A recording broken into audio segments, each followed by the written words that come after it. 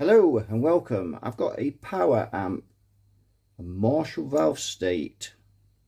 This is a stereo power amp, and a symptom with this is it occasionally blows the fuses. Seems to be a running thread at the minute, and when you've got a pack of fuses taped to the top of it, it's not a good sign. We're not going to go too mad on it. We're just going to look if there's anything obvious going on in there. Can't see what the fuses are because they've stuck the tape over it, and that's pulled off the thing there. Now it could be a case of the fuses popped for some reason at one time and somebody's putting a quick blow in when it should be a slow blow. So for instance, it could be 1 amp and it's a slow blow and they're putting a quick blow in. So it just something as simple as that. People do occasionally miss things like that. But the first thing we're going to do, and I've got this lead plugged into channel B, so we're going to switch on, and there is a light, probably can't see it, that it's lit up, but I just lift it up a bit so you can see what it is. There, most of guitar players have seen these before. So I'm going to check that there's no DC voltage on the outputs first before I plug a speaker into it. Nothing on there. Let's go into output B, output A, sorry. Check a gain on there. Let me get the meter on there. You can see this one. You can see the last one. You can see channel B. Let's look at channel A. Nil point. So no DC voltage on there. It's drawing 60 milliamps idle, so it's not actually the current limiters on there. Let me just flick that off. Yeah, it's still drawing 60 milliamps idle. I've got a 100-watt bulb in it, and that bulb's not even lit up, so we're drawing no current. So it seems a bit strange why it would be blowing the fuse. Nothing showing up. Let's get this top off it, and we'll have a look inside. Right, I've got the top off, and you can see there's not a lot in it really, is there? Not a lot at all, but then it is only a power amp, I suppose. Nice true audio transformer there. Got a couple of output packages there. Those will be let's get some big glasses, and actually let's have a look with this, see if we can see what they are. TDA 1514A they are. TDA 1514A. Usual deal. Right, let's get that fuse out and have a look at what it is. So it just says fuse 1 amp. We need to find a schematic really. And let's find out what this fuse is that we've got here, shall we? So that's 1 amp.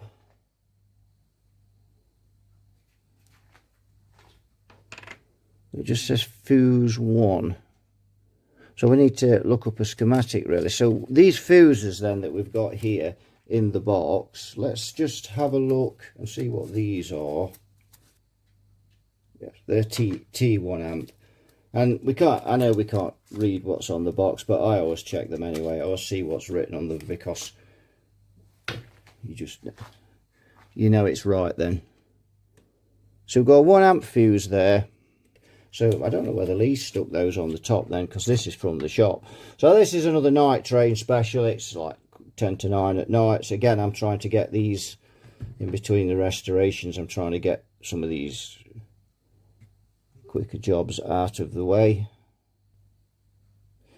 So let's see if we can find a schematic for it, and we shall see.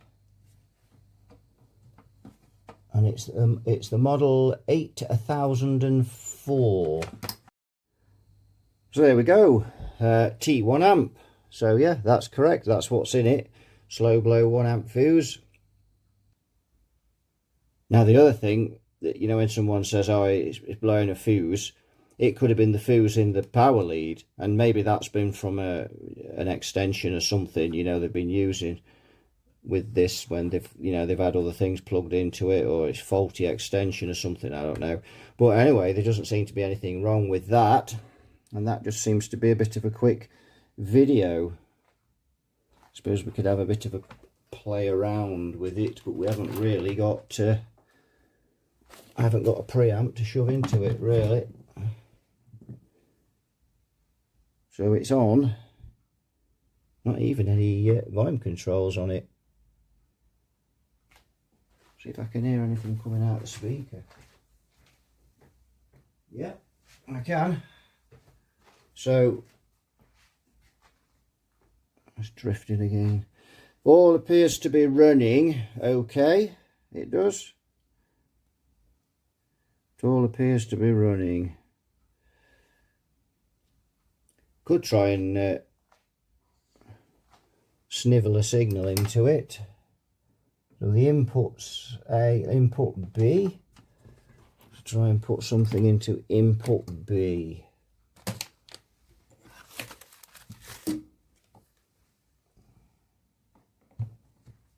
Be careful. Was it switched on? Input B. Ooh.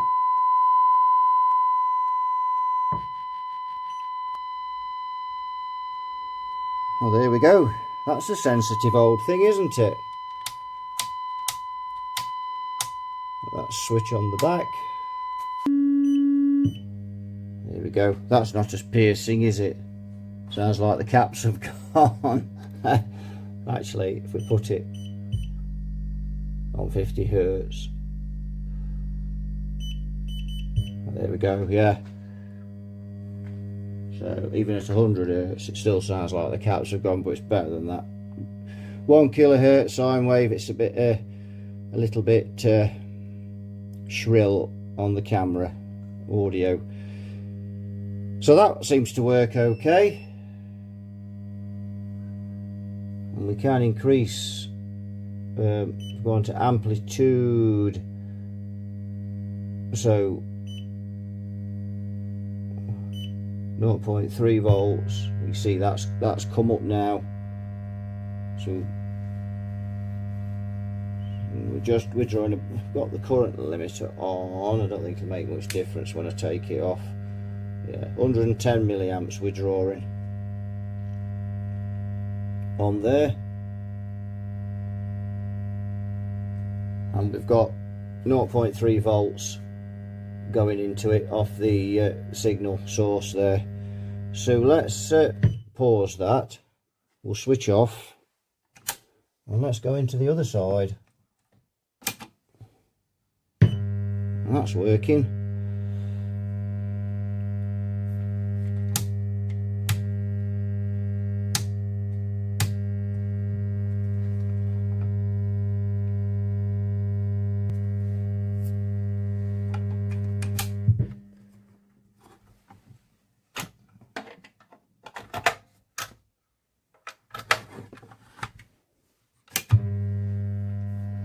Yeah, so that all seems to be working. We'll just check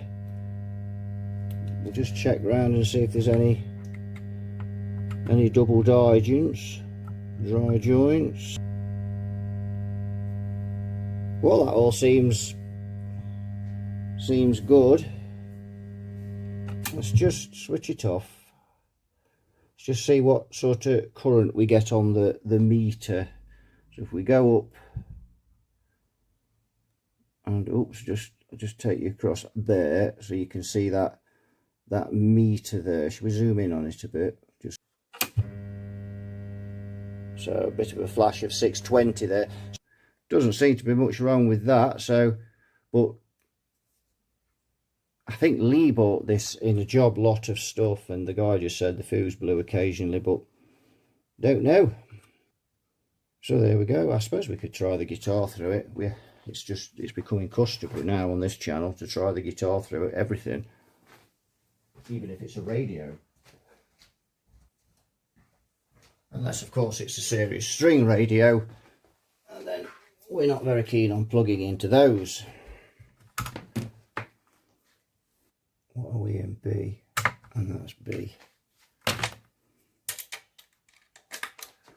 plug in.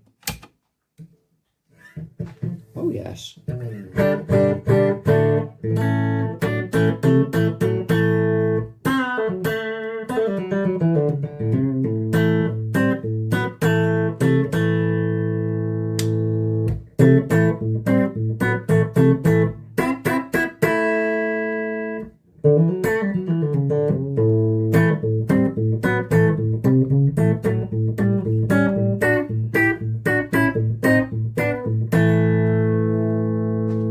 Well, for a flat signal, that doesn't sound bad.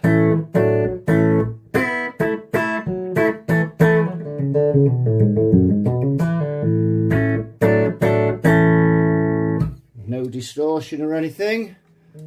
Let's try the other channel. Unplug, sorry, switch off. Just channel A. Swage.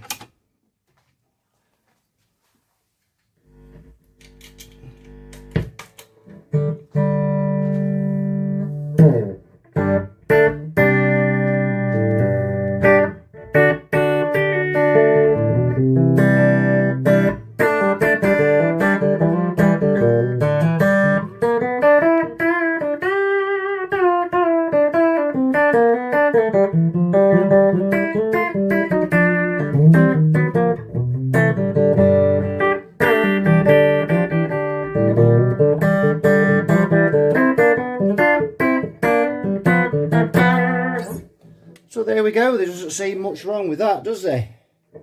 And I can't get it to blow the fuse. So I think we can call that one a fix. Not that I've actually done anything to it, it's just a check over really. And another power amp. So this is, as most of you in the States will probably already know what it is as soon as you've looked at it. So, stereo power tube amplifier. This is a classic series 5050, a Peavey of course. But then that goes without saying, you can see that clearly on the front, and it's in some kind of cabinet here, which we obviously need to get this out. So you can see on the front there, we've got, it's got a level, see what those pots are like, a bit stiff. Resonance, presence, that's really stiff. So is that. Resonance and presence again, that's really stiff too. So we've got two standbys, one for each channel. I'm going to get it out of the case, then we'll have a look at the back because it's heavy enough without it being in there. Right, so I've got it out of that case. It's heavy enough. I've just carried this down 2 flights of stairs, and obviously I'd carried it up 2 flights of stairs when I took it up there a while ago. I'm rackard. So let's have a look what we've got then. So we've got the, looks like that's the impedance selector. So 8 ohms in mono. This is set to mono. Stereo, sorry, yeah, 8 ohms in mono, 16 ohms in stereo. Ooh, what, obviously we've got that for each channel going on there. We've got the volumes, the levels on the back. And we've got the outputs there. Yeah, line outputs, and there's the inputs there. So pretty simple there going on. I don't even know if this works. I can't even remember what was said about this now. Someone sprayed the power cable red. Yeah, so that looks rather trendy. We'll do the customary, let's check for a 13 amp fuse for my collection. See if we've got one. And we have, yeah, a result. So yeah, we better change that before it goes back. We're running it up on the current limiter, so it's not going to be a huge deal at the minute. But yes, that's the first thing. That's nothing, is it? We expect that. So what sort of, what we got? 3.15 amp. So a 5 amp fuse should suffice for that. In the plug. Right, so we're looking inside of this beast, and it is quite a beast as well. So we have 4 preamp tubes in there. Just have to swap glasses. 4 preamp tubes and 8 power tubes. So I'm guessing that they are EL84's 6BQ5s. I'm guessing they'll be.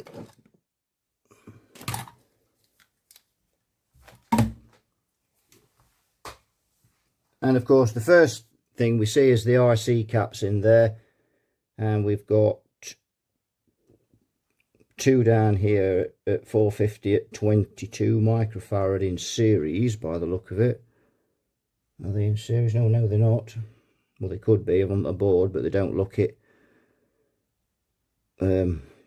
Just from the top, just looking at the caps themselves. These, well, not in series either by the look of it, but again, only just looking at the state of the caps, don't see any gumption leaking out of those. So to change those IC caps, what would it require? So we've got some connectors here, some screws for that holds this part where the tubes are. We've got a connector there, 2 connectors there, they look like the AC in, and a couple of connectors here, 1 there, and then the input connectors on the front. So, and then will that board come straight out? It will. So not a huge job to recap this.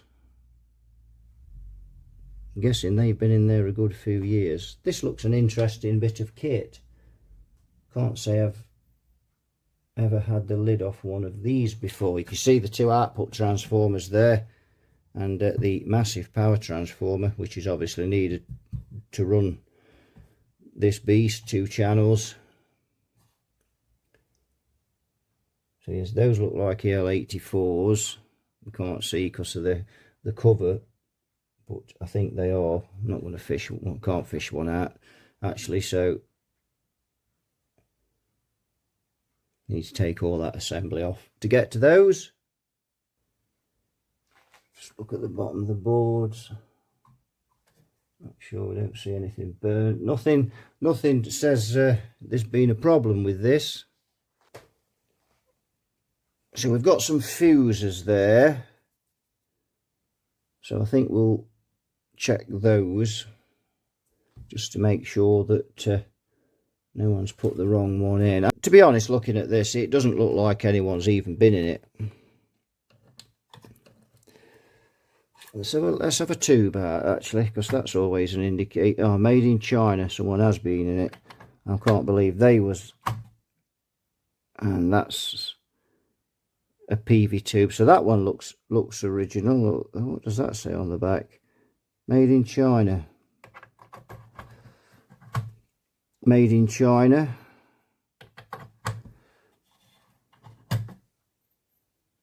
And that says Peavey on it, but it says made in China on the back. So could we getting a date on this amp?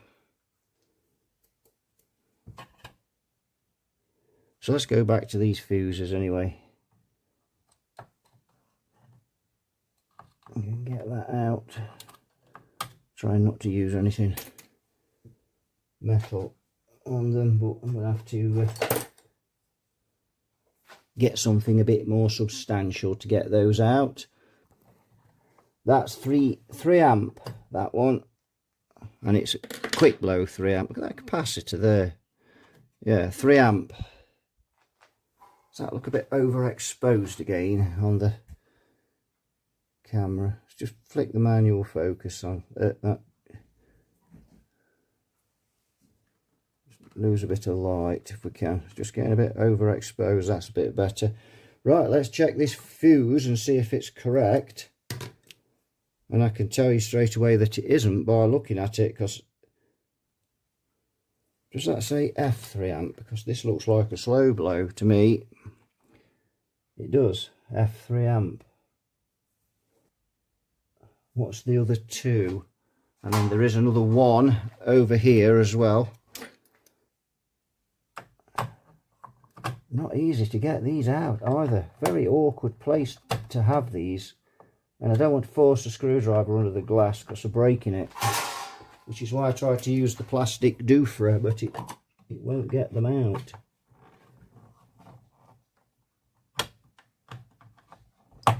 My word. That says 1/4 of an amp on there, so that's right. So that fuse is okay. That's T, so that is, and then we've just got the other one, and that one's even harder to get out. Right, check the other one, and that's okay, and that's 10 amps, that one, and it says 10 amp on there, so it's rather a large fuse, that is, 10 amp. That's what it says. So, or does it say 0.1? You know what I'm like now, it's 10 amp. I'm only winding you up. There we go. Well, that was a palaver getting all those out. Not the best place to have put those, was it really? So I think we're ready to get some voltage on this. Let's just check the primary fuse on here. So I've just checked the primary fuse. That's 3 amps. It should be 3.15. It's got a 3 amp in, so that's not going to do any harm, is it? Right, so we need to get some speakers on this beast. Right, so I have plugged in a speaker in one channel and I've got the dummy load on the other, so we only really need one speaker in there. I've just put the dummy load on for that, for the other channel. So we are ready to roll. We just need to switch on the signal generator, which is up here. You can menu, there we go. We'll go for the 1000 in case the caps are shot. Otherwise we won't know the difference, will we, with that going through it? That would make me a bit of a bird brain. Well, actually I am a bird brain, but that would just confirm it. There we go. So we're looking overhead now. So we'll start with the 100 watt bulb. So that 10 amp fuse, by the way, that'll be for the filaments with that amount of tubes in there. That's what that's for. Got to be. Current limiter on. Switch on. There we go. Bulb's quite bright, but is going dim. What we're drawing, 270 milliamps. I can hear the fan kicking in, but it doesn't sound very healthy. But it is swaging a bit now. So channel 2 I think we're plugged into. Stamp, and there we go, look, already. In fact, I can just leave the standby off the other one. So there we go, it's warming up nicely. Got 146 volts going into it and dropping as the current comes up. So let's just flick that off for a minute now. We know it works. So that's sitting nicely with 140 volts going into it, and it's drawing 250 milliamps. Let's flick the standby on the other channel. Remember, we've got the dummy load on there, and that's dropped the voltage down only by another 5 volts or so. So there's 135 volts going into it at the moment. We've got it pinned down with that bulb. We're going to put another 60 watt in there. So now the voltage is swaged up, and so you can see we've got 145 volts going in there, and that's creeping up. And we're drawing 390 milliamps. Remember, there's a lot of tubes in there. So this thing's 100 watt, really. It's got two blocks, 50 watt blocks there of tubes. So I'm just going to go and stick my head to that speaker. Very quiet.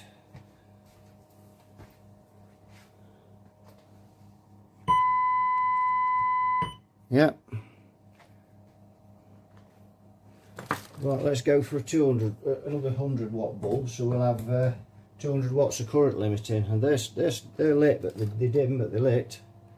And now the fan's really swaging now.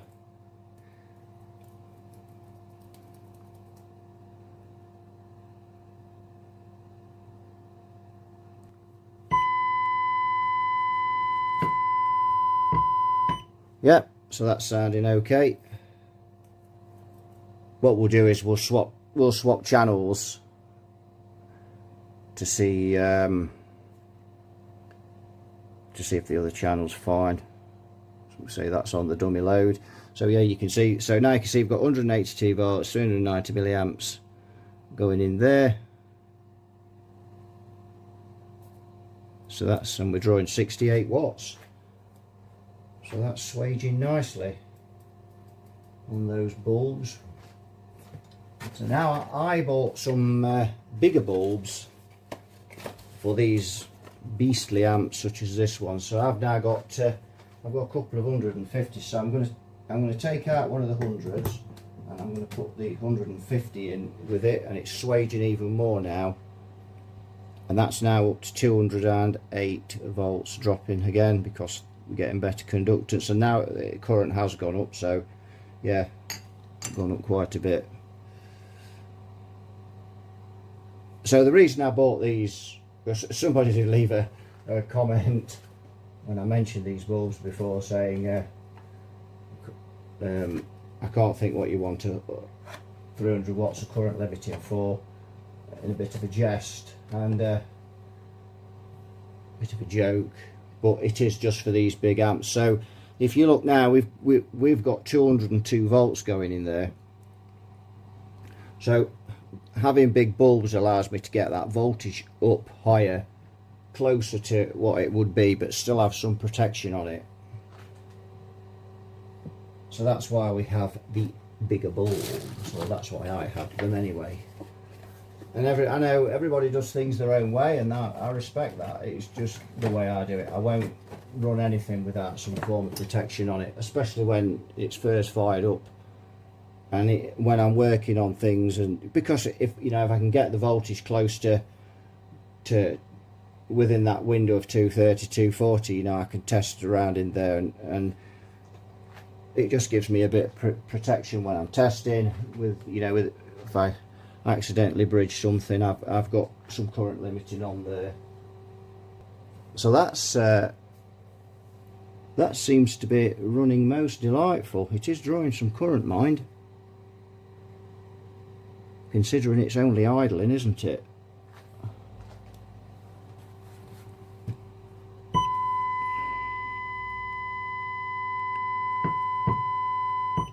So that's running okay. So right, that intermittence is on this. It's nothing to do with the amp. Very good. So now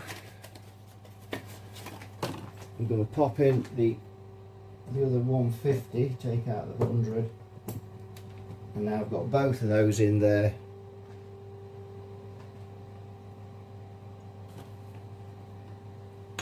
There we go, and we're still getting a bit of limiting now, even with the two 300 watt bulbs, and they are very, very dim, but they are still lit. Now look, 600 milliamps we're drawing, and that's idle, remember. Yep, 600 milliamps we're drawing, 117 watts. You see the current's just dropped a bit now, and we've still got 216 volts. So I'm still not in the 230 volt window, even with the 300 watt bulbs. So yes, for something that draws this much current, you definitely need those bulbs. So that seems to be swaging nicely, doesn't it? So let's just ease the current limiter off, and we're drawing 750 milliamps, 800 milliamps, and climbing. So we need to watch that because that's climbing.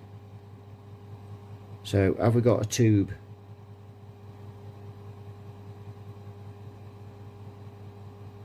No, that's stabilized now. Wow, that's drawing some current, that is.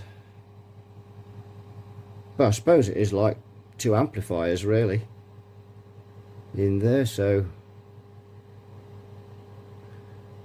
and it's dropping now 870 milliamps, 880. So yeah, there we go. So you can see there, if we just 420 milliamps, that's just what it's drawing. That's just the tubes and what not, that's the filaments rather in the tubes, because we've got what, 8, 9, 10, 11, 12 tubes. So that's where that current's coming from. So if we flick that in,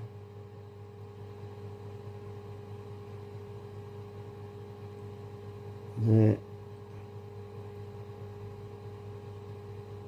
down it comes. So that's just one. Let's put the other one in.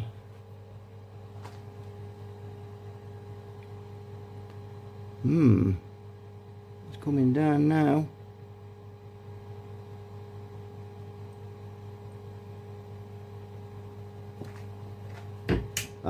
I think there's a problem.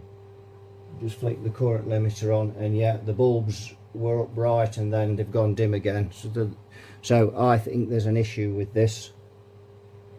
I do. There's an issue. Again, just flicking the bulbs on, that's saved, you know, saved it straight away. But yeah, those bulbs. Is that climbing again? So it won't climb while I don't think it'll climb while the bulbs are on, despite how big these bulbs are. But I think we've got a red plating tube, or something's running away, that's for sure.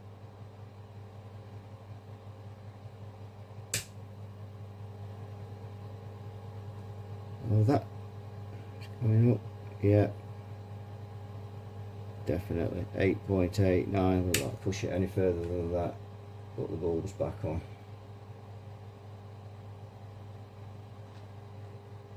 Yeah, so the bulbs have absorbed that. Now, is that on? Let's see which side that's on. So let's just, now we're just on one side. So that's on, what's that one? Stand right. That'll be channel 2, I think. We'll be able to confirm that. Yes, indeed. So let's flick the current limiter off and see if that starts to run away.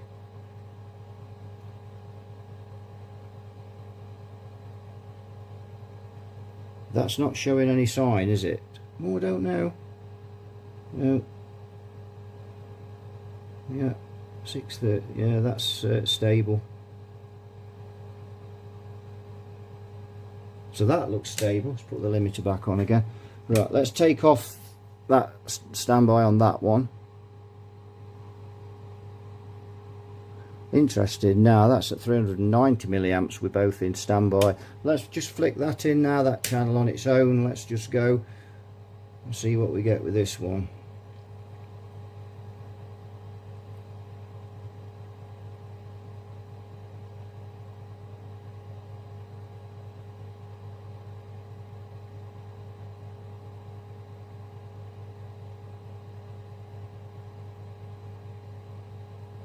So we must have, I don't know, 640, is that going up?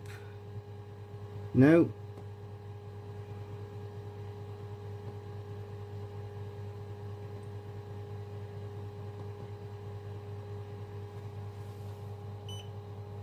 Obviously there's nothing in there. 650, 650 milliamps. Thing is, I don't know how this thing's wired and configured. I presume it's got equal amount of plate voltage to each side. Can't see us switching both standbys in, puts more plate voltage on each side. Yeah, that's running away, definitely. That's running away. There's a bad tube in there at least, if something, or coupling cap. Yeah, 690, we're not bothering to let that go anymore. So channel 1 has got issues there. So that's what we've found there. We've got a tube running away there. Not going to let that go anymore. It's pretty obvious what's going on. So there we go. So I think we can power down now. Put the current limiter back on and we'll power down. So I'm not going to do any voltage readings, measurements or anything. This is just to see if this thing runs and what issues. We know we've got an issue. So let's just have a bit of a recap then. What this amp needs. At the minimum, it needs a tube. A full service would require changing these capacitors. And while we're at it, I'm just going to check there's no voltage in it. And there's 119 volts in that cap. Yeah, so there's still 119 volts in there. So to be a bit careful, just jumping straight in, always check. And there's some volts in there, that'll give you a nip. It's not going to give you a nip, but you don't really want a nip, do you? Well, I don't anyway. So yeah, full service with these capacitors. So we've got 4 capacitors there, which are 500 volts working at 47 microfarad. Looks like we've got 4 of those and a couple of 220s. Got a cap here as well, not sure what that's doing. That could be on the filaments, don't know, don't have a schematic, so I'm speculating. Not a lot in it really, it's a bit of a beast, but yes. And then these controls could do with some gumption in them. Don't seem as stiff now we've been using them a bit, but we'll probably put some gumption in those, loosen them up a bit. And that's about it really. I can't see any other problems. Can't see I can't see the coupling caps be leaking, but you never know on one side. And there's so much glue been put around them, and I really don't know why. Well, there's so much glue been put around those, I can't really get the probes on to check them actually, but really need, obviously it'll be fixed bias, so they probably need to be out of circuit to test them properly. You just get negative volts on them from the bias. So there we are. So what I'm going to do now is get in touch with Lee tomorrow and see what he wants to do with this amp.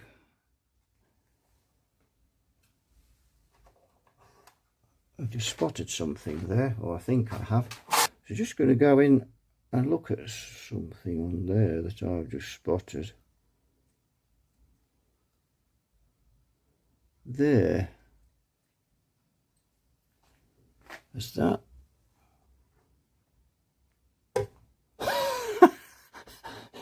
Yeah. Well, that's not factory, is it? So it looks like it's had this fan changed at some time, and it looks like it's been changed by Mr. Bodger himself, and they've all been taken off there, and that's just, oh dear. So yeah, I just suddenly spotted that.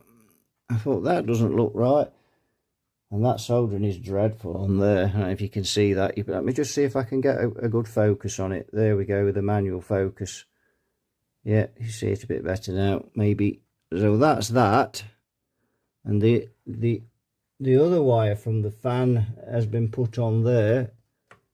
That one's a little better, but it's dreadfully cold soldered. So there we go. So someone has been in here at some time to change that fan.